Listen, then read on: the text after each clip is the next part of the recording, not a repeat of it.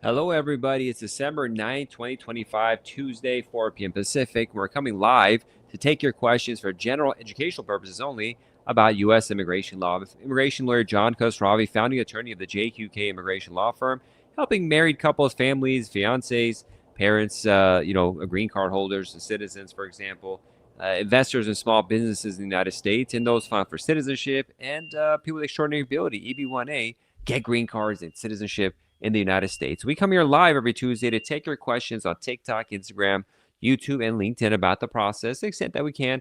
Try to get some general kind of information that you know what's going on, because things are moving fast, just like the last Trump administration. Every day there's something new. It's very stressful, frankly, for people going through the process. Hopefully, this conversation will alleviate some of this, may add to some of it. There's a lot of unknowns.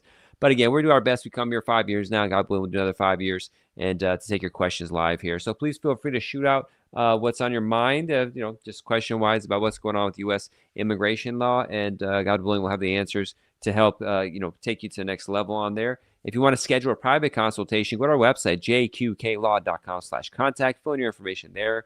We have a guide called the Ultimate Marriage Green Card Guide. If you go to marriageimmigrationlaw.com, you can download that for free, 70-plus pages on the process, marriageimmigrationlaw.com. If you're interested in naturalization, the citizenship process, go to jqqlaw.com/citizenship and check that out. Again, that's jqqlaw.com/citizenship. That's where you can learn about the 50-plus page guide on U.S. citizenship and things you need to know to help take that to the next level.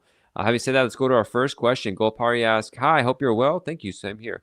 I was born in Iran and have Swedish citizenship. Would the new policy affect me as well, since I want to apply for N400? The new policy just says persons from Iran. They don't specify as nationals or if there's dual citizenship. For example, the travel ban that exists against Iran right now has a exception where if you have a secondary passport, like your Swedish passport, that wouldn't apply for you if you file for a green card. But the initial guidance on this pause right now is not specific as to whether it applies for dual citizens like yourself who has Swedish citizenship. So I don't know. We'd have to analyze your case and potentially just file it just to file it. First, looking into your background, how you got the green card in the first place, make sure that was good. And maybe just put your place in line so it gets going. The fear is just you have issues that cause deportation removal or something like that. But it may. But again, based on the reading of this just 2-3 days ago, I think last week they published, it just says people on the list. Now, does the exceptions to the list apply for here as well? I don't know. Hopefully it is the case. But in this administration, they're being kind of vague and making things up as they go along. So we got to see what's happening. Thank you for your question, though. Quince Canelo says, do Canadians now need an I-94 if staying in America longer than 30 days? No, they don't need to do an I-94, but they do need to register their stay if they didn't fly into the United States. So, for example, if they drove into the United States, they need to register the address. Actually, even if it's I-94 online, I think you have to too. I haven't thought about it in a long time, but Canadians now, if they're going to be more in the United States in 30 days, they need to update their address where they are with USCIS.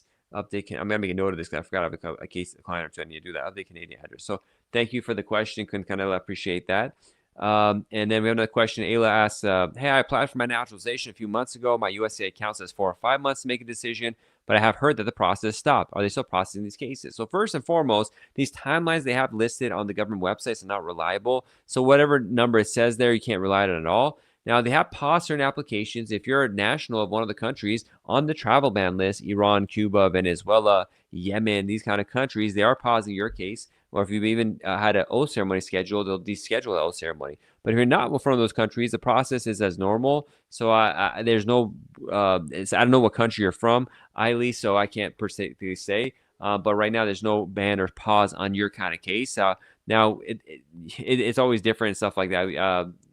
Sorry, I got to update some. But again, I don't know what country you're from, so I can't say for sure if it applies to you. But that's something that does exist for certain nationals. Sorry, I'm trying to check some website, and all of a sudden it says I got to update it, which means I got to restart everything. So, sorry, as you know, with technology, you never get what you expect when you need it. But that's cool that we have this software, though. We could talk with everybody, so I can't be ungrateful about it like that. Let me pull back our Instagram app so we could answer people's questions on Instagram. Feel free to shout out your questions on other websites too. Mo asks, hi, my wife came to the U.S. in March through IR1 visa. We got a 10-year permanent residency green card.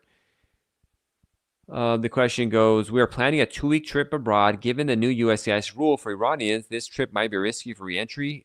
You're welcome, Eileen. Will it be risky? Technically, there's no law that says it'll be risky. If you have a green card, you have a green card, as long as it's properly obtained and stuff like that.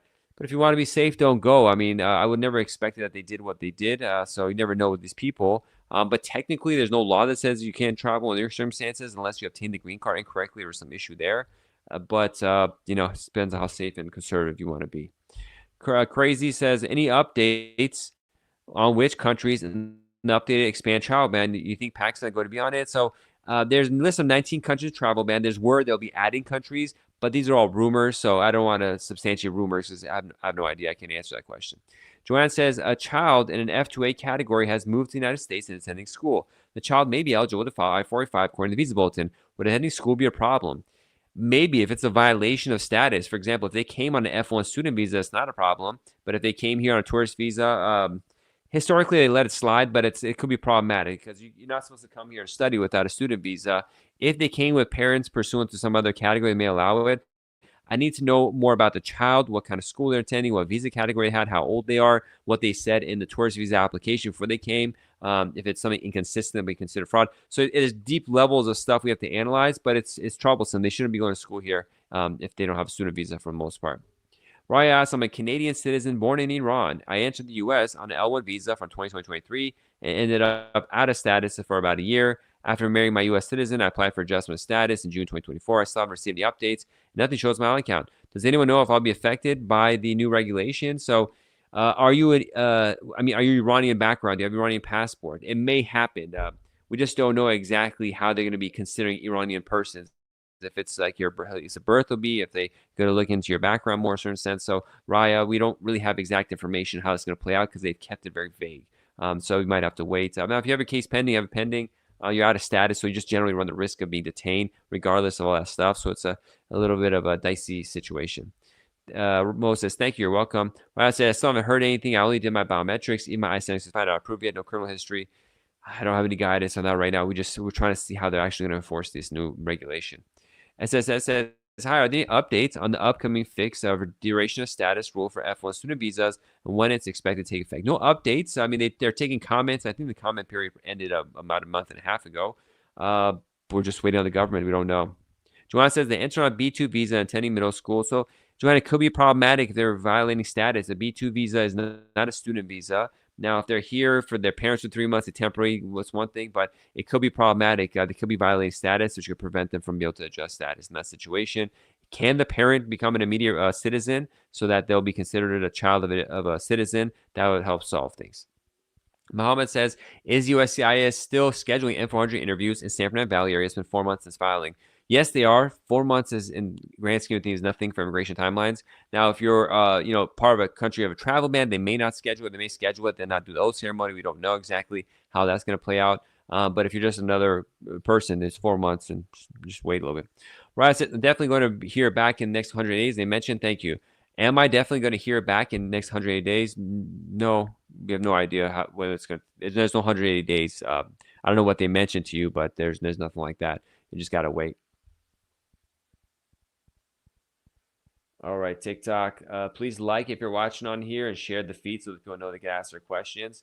We're going to go through a lot of people joining us right now. User 2576 says, how long will it take to get an interview letter in London? So what kind of interview are you talking about? If you're doing a green card case, London schedules interviews soon after the case being documentally qualified if the case is current. So unless you have a unique circumstances, they're pretty quick with it. But it really depends on what kind of case you have. Is it an E visa? Is it an L visa? Is it a marriage case? Is it brother and sister of a citizen case that could have current delays with the visa bulletin? So we need more information to even begin to answer your question. And whatever I say could be different on a case-by-case basis. Emra Fan says, and ask a fun question again. So he has 6 people are peeking in. What country and what location are you? What city are you right now? I'll give you a fun fact about that city in the next 1 minute, whoever posts it. Mohammed says, I'm not from any of those countries. Then just wait, Mohammed.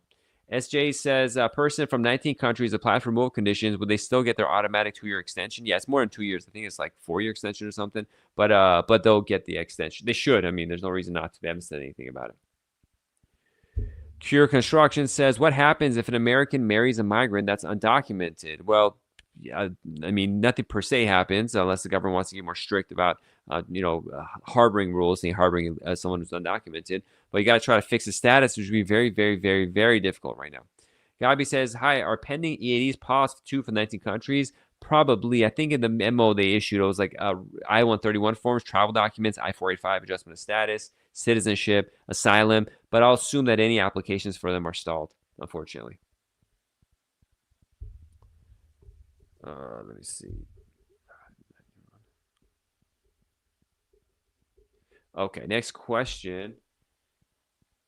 Aaliyah says, I live in Jamaica and my U.S. citizen parent filed for me. How long will the embassy process take? Well, is the I-130 approved? What is your priority date? Are you married or are you single? There's a lot of things. What country were you born in? And then it depends on the embassy. Sometimes they're backed up. So I need a lot more information. Please schedule a private consultation, jqklaw.com/contact. You're welcome, Cure Construction. SJ follows up. So would get their 2-year extension of green card, but their case would stay on pause. Do you think it will be relieved and continue again? So I said it's more than 2 years. But yeah, you get a receipt. But do I think it'll be relieved and continue again? I'm not in charge of that, so there's no way I can answer that question. Ola says, I got an ADIS stamp last month on my passport. My I-75 one's pending for 26 months. Hope it's safe for travel. 3 weeks Nigeria this month. Come back. Sometimes the airlines don't understand it. Typically, it's safe, but you never know with the airlines. If you got it, ideally don't travel. But normally it's okay. Now you mentioned too, it is a separate person. They got a 26 after 26 months. The EAD, the work permit is so the green card extension you file for Form I-751 is 48 months. So it's 4 years. I'm not sure why you guys think it's 2 years. So that's I'd make sure you check your paperwork, see what's on there. Why would I would say that? Cure Construction says, how long will it take for a green card if an American marries a migrant? So Cure Construction, there's a lot more to that question. This question is deceptively simple, but it's a half an hour conversation. First of all, download our Ultimate Marriage Green Card Guide. Go to marriageimmigrationlaw.com. If they're undocumented and they came without permission, you got to get a waiver for them. Right now, they're detaining people who even try to go for a waiver, so you got to be careful for that. Before that, you say, during Biden or Obama's time, it could take 7 years to get that done. If you get the waiver approved, depending on what country, the embassy they're from. So it's a really complicated question to answer, and so that's something you 100% should consult an immigration private on. Onika's husband is on a UK graduate visa. Do we have to go back to his home country? Filed an I-130. Husband is on UK graduate visa. I'm not sure what a UK graduate visa is. You have to go back to his home country. Filed on. I'm not sure, Onika, what your fact is. I mean, are they living in the United States on a work visa? I mean, a student visa? What is your status? There's too much missing information there to be able to answer that. You're welcome, Cure Construction. I wish you the best. Congrats on your plans to get married. Koku says, green card holder from banned country can travel. They haven't said they can't travel. I'd avoid it if unless you have to travel. 2 week. I'm from one of the 19 banned countries. My green card expires in 2 months. Will they give me a hard time? Depends on your background. We got to see what your background was, what you said in previous applications. Just make sure you timely renew your case so you get an extension. But it really depends on your individual background. And it just happened, so we don't know anything about how they're going to do it. So a lot of these questions, I know people are nervous, but it's impossible to answer questions. It's like judging with seeing what's going to happen in the future, who's going to win the game tomorrow in some basketball game. There's no way I can know that. Gabby says, hi, are pending EADs paused for 19 countries? Let me take a look at the pause. I don't think they reference USCIS, 19 countries, pause. The things they reference in the updated policy memo on this, USCIS ban, if you will, for immigration benefits, they say benefits in general. So EAD is a benefit, so you can assume that's it. The forms they specifically mention in the footnotes, footnote 4 says, including Form I-485 adjustment of status, Form I-90 renewal of 10-year green card, Form M-470 preserve naturalization, I-751 rule conditions, Form I-131. They don't reference EADs and they don't reference I-539 change of status. So those may or may not happen. Such a mess. I have a lot of clients affected by this, and it just causes a lot of stress because, what do you tell people we don't know? And they're putting people in a very difficult situation. Jack says, I filed VAWA March 2024. Didn't receive a receipt number yet. 18 months already. Yeah, they could take a bit. 8 months is pretty longer than usual, but VAWA, U visas, they take a long time to give you paperwork on it. Tubi continues, I live in New York City. New York City is known as the Big Apple. So corny, but there we go. Amin says, I'm a Canadian citizen, but born in Somalia and have a pending adjustment status. Will this mail potentially? Alias, I live in Jamaica. My U.S. citizen parent. Are you married or single? When is your priority date? Too much information. So we added more information. Sana says, had a Asylum interview 2021. No decision till now. What can I do? Check your alien number. And make sure you update your address with USCIS to see if like they should have been a decision by now. So you may have got a notice denied, a notice appear in immigration court that you missed. It doesn't make sense for that to be pending that long. I mean, it says, hi, I'm a Canadian citizen, but we're answer your question. Thank you for liking. Thank you everyone for pressing like on TikTok. You're welcome, Gabby. We're getting a lot of repeat questions. Please don't do that. I'm getting to every single person's question. Brian Matt says, I missed a yearly check-in and been out with habeas corpus after final order removal. Any advice? That's too complicated. Please, talk with your attorney who did the habeas case. Hut says, do you handle matter of Kilton waiver through adjustment status case? Honestly, I never accept those cases. It's too risky to do that, in my opinion. But people do get approved on those. Matter of Kilton says you entered the U.S. lawfully because the border officer just waved you in and said it's okay, even though you didn't have the paperwork to do it. But you need evidence. So if you go to your interview and the officer doesn't buy it, they just deny your case. Now you can be sent to immigration court for deportation unless you have DACA or TPS. And even then, some of these horrible ICE officers will pick you up with you have status, they'll still take you to detainment. It's happened a couple of cases. It's a horrible thing to do when people have status essentially. But unless you have good documentation of lawful entry in some form or fashion, I'm hesitant to take that. But some lawyers file it all the time. My protest says my wife got an RFE for the I-130 spouse petition, although she uploaded the same documents as my brother, and my brother's case got approved without RFE. That's the inconsistency of USCIS. You never know what you're going to get, so you got to prep and be strong. And when you say, the same documents, they're not the same person. They have different documents. So we got to see exactly what was submitted, analyze it, and take it from there. Onika, we answered your question. I needed more details. And Michelangelo says, how long does adjustment of status is being processed for parent? Most of our cases are done in 3 or 4 months. We have one case pending like almost 12 months now. So I don't know why that is, but that happens. Ahmad, hello. Gold says, do you think this administration is going to lift the ban on 19 countries sooner? Do you think the stock market is going to go up or down tomorrow? If you can answer that question, I can answer yours. Anika says he lives in the UK. So if he lives in the UK and I-130 is pending and he's the beneficiary, I don't know the details. Just finish up the process.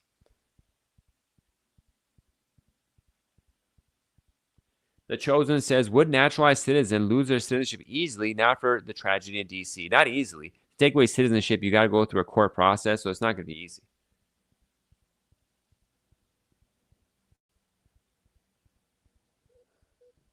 Thomas says, how's the chance to be deported if a case is pending BIA?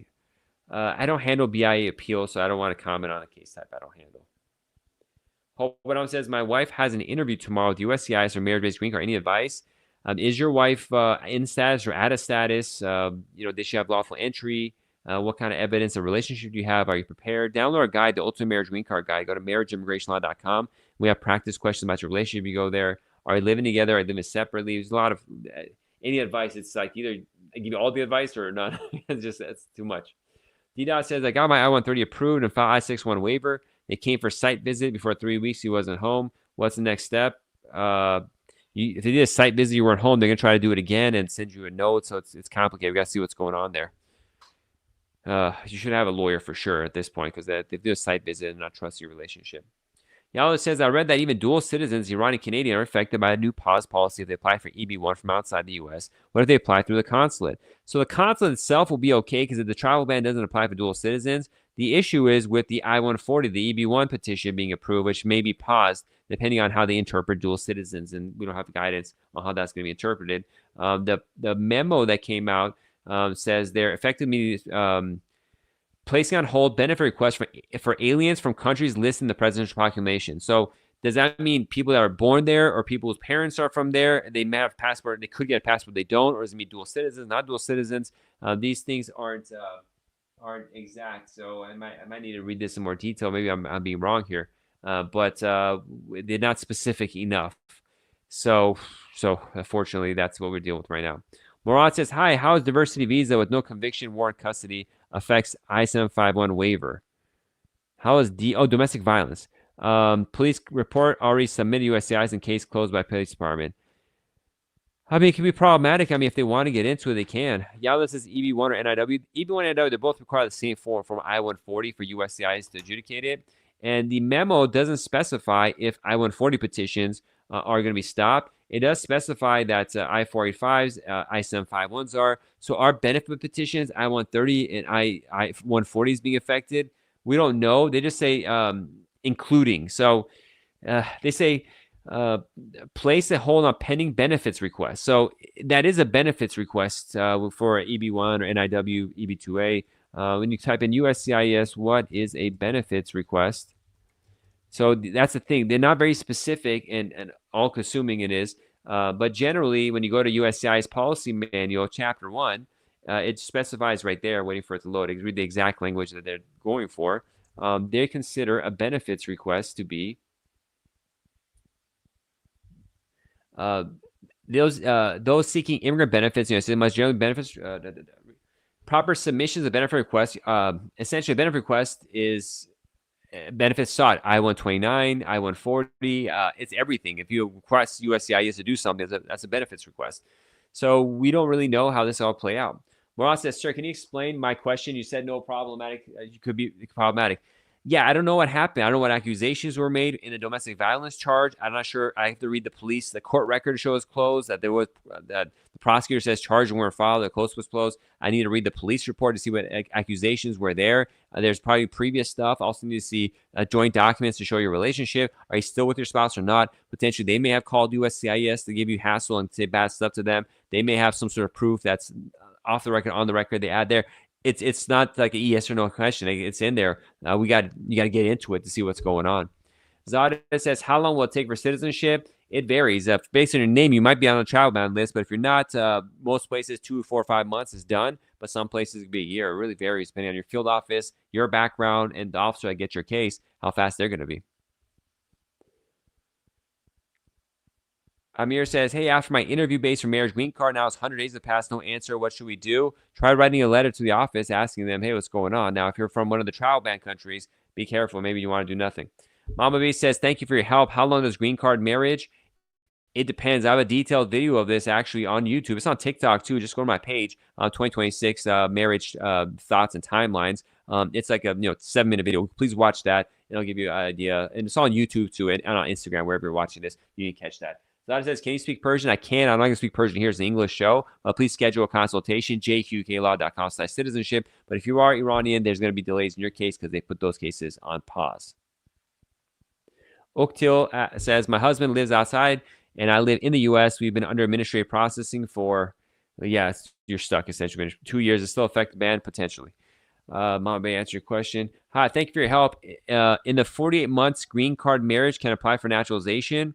If you've been married living with a U.S. citizen, you're not from a trial ban country, you have a clean history, you can file for citizenship 90 days before the 3-year mark, or if you haven't been living with a U.S. citizen 3 months, 90 days before the 5-year mark. Download our guide, jqklaw.com/citizenship, jqklaw.citizenship. It's the ultimate naturalization citizenship guide, 50+ pages. It can help you out, give you a better understanding of what's going on.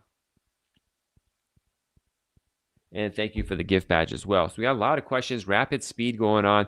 And, I talk fast, but I want to answer everyone's questions. So we got to make the most of this half an hour. But if you want an individual consultation, go to our website, jqklaw.com/citizenship, /contact. And then fill in information there so you have a private time. It is paid consultations. We'll take it from there. You're welcome, Morad. You're welcome, Yalda. Irish Mania, LA, thanks for joining on Instagram. And everyone else on TikTok, if you haven't already, press like on TikTok so we get this word out. Share the feed so more people know and they could come and ask questions about U.S. immigration law. We only have a couple of minutes left on the show, but there's a lot going on. The immigration system is buckling, and the administration is really attacking the immigration system as a whole. They don't believe it should be the way it is. They want to cut down everything. They want to hurt people who have immigration benefits already or in process. So you got to go and be ready to fight and know what's going on and be prepared. It's not a shoe-in thing that you say, oh, I should do it myself, frankly. There's so many little things that can be problematic. I had a consultation earlier today, and I said, you have a generally good case. A lot of my job is to prevent you from just hurting yourself, shooting yourself in your foot, which is a lot of times when people file a case on their own, the issue isn't the case. They say stuff that's like not correct. They don't send the right documents. They send too much documents that confuses the officer, or they just mark the wrong box, not paying attention to it. Those are the kind of issues that people get, and they're like, this was easy. It was, but you messed up because you didn't pay attention. And most people don't pay attention. It's a lot of paperwork, and people aren't used to doing this kind of paperwork. So that's where problems come a lot of time. Marlon says, how long an I-130 takes overseas case file 2023? I don't know what kind of I-130 you're sent. Is it spouse of U.S. citizen, spouse of green card holder, parent, child? what country you're from. All this kind of stuff has an effect in your trial ban country. We have a detailed guide about the marriage version of it on YouTube. It's one of our recent videos. It's on Instagram, TikTok too. Check that out, and I'll go over it with you. But we always need a lot more information to answer that question, and always varies because these are case-by-case thing. Asha says, USCIS asked me to provide 2 affidavit letters. Do they have to be present at our wedding? No, I'm surprised they asked 2 affidavit letters. They're usually not that specific, but just people are usually, if it's a marriage case, that are aware of your relationship. But if they specifically ask you for something, review the request for evidence, and it'll tell you in detail what they need and they don't need. You have to prepare that properly. I would just go by their letter because maybe they'll ask for that. Who knows? Some people don't have other people at their weddings. That's normal too. So it's typically not asked that they have to be at your wedding, but they don't typically ask for affidavits. So that's a weird thing that asks. You really should have an attorney in your case because it's an atypical thing. Tic Tac says, sir, how about withholding ransom? My friend have an appointment this week. We don't handle withholding cases, so I don't want to give conversation about that. Gold Party says, is it best to wait to apply for M400 now? Did they specify in the memo how long it's going to be on pause? They haven't specified how long it's going to be on pause. Is it a good idea to wait or not? It depends on your background. If you have a clean background, I'd probably say file it just so it's in the system. You're placed in line. But I'd want to review your background fully first and make sure I'm not opening up a hornet's nest because you have some sort of issue. Greg says, for those on a 2-year marriage-based green card, married to a U.S. citizen, will there be an interview, and how strict involves that process? Interview now from immigration. You may have an interview. It's up to the government. How strict is it? It depends on your background, your documents, how well it's designed, and if they do have an interview, it's how well you go there. So you just have to do a solid case. If you're asking these kind of questions, I definitely recommend hiring us or at least schedule a consultation in our office because, better safe than sorry, frankly. But jqklaw.com/citizenship is the place to go. But you got to prepare for the worst. So have all the evidence needed. If there's an interview in May schedule, be prepared to answer questions needed. Go over your background for your original green card. Make sure that was done properly because issues there could come back now. Go over what you've done since then. There's a lot going on in that process. Gold Party says, are they going to eliminate people with dual citizenship? I don't know what you mean, eliminate people. They're not going to kill anybody. There's a bill by some senator to get rid of dual citizenship. I don't think it's going to happen, but that may be what you mean. Abu Sabr says, do you think for FMLA will affect you when applying for your 10-year rule conditions? I'm not sure what FMLA is. That paid family leave or something like that? I'm not sure what that would be for that to affect something. You don't use the acronym. Amel says, can we travel with 10-year green card to Europe? I'm from Afghanistan with a clean background. I can't advise individually if someone could do it or not something because I don't know anything about your background. So not knowing that, I can't say yes. Most people are going to be okay. Vast majority. Whether you can, I just don't know anything about you to be able to answer that. Any updates on VAWA? No, I don't have any updates to VAWA other than they're going to be more strict on it, and they might have interviews and question you about stuff to make sure it was legit. Rue says, approve I-485 straight away after a few questions in the interview yesterday. Congratulations, Rue. Tiasha, and thank you, Carlene Cameo, for the gift. And please, everyone else, like it as much as possible. Share the feed. Tisha says, after a asylum case being denied for trauma and abuse, how in debt does it have to be? I don't know what that question means. Danny says, how long do you usually wait for an oath ceremony? It depends on the field office. It could be a week. It could be months. It depends on when they have time to do it and when they get done with your background checks. So we'll take 1 or 2 more questions. We'll call it a day. I'm immigration lawyer John Khosravi. If you want to have a private consultations, fees do apply. But go to our website contact page, jqklaw.com/contact. Fill in the information there, and we'll jump into it. We just got 100 likes. Thanks so much. Like. See if we get to 5,000 in the next minute or so before the show ends. Went to 4,400. Going once. Going twice. 4,400. Are we going to get to 4,500? Triple or what, 3? We're done. Okay, so no 100 likes in 2 seconds. All right, everybody. God bless. Be safe. I'll be back next week, Tuesday at 4 p.m. Pacific to take your questions live here. But again, if you want to have a private consultation, go to our website, jqklaw.com/contact, and do it there. Harbinger says, once the BA overturns your marriage fraud finding, what's next? You got to try to reopen your case and see what's going on. I guess sent back to court, and you got to argue it again. So I'm glad you were able to overturn a marriage fraud finding. That's incredible. Good job with your lawyer. They'll be able to answer that, but good job in getting that approved. It's a hard one. God bless. Be safe. It hit 4,500. Thanks, everybody. Bye-bye.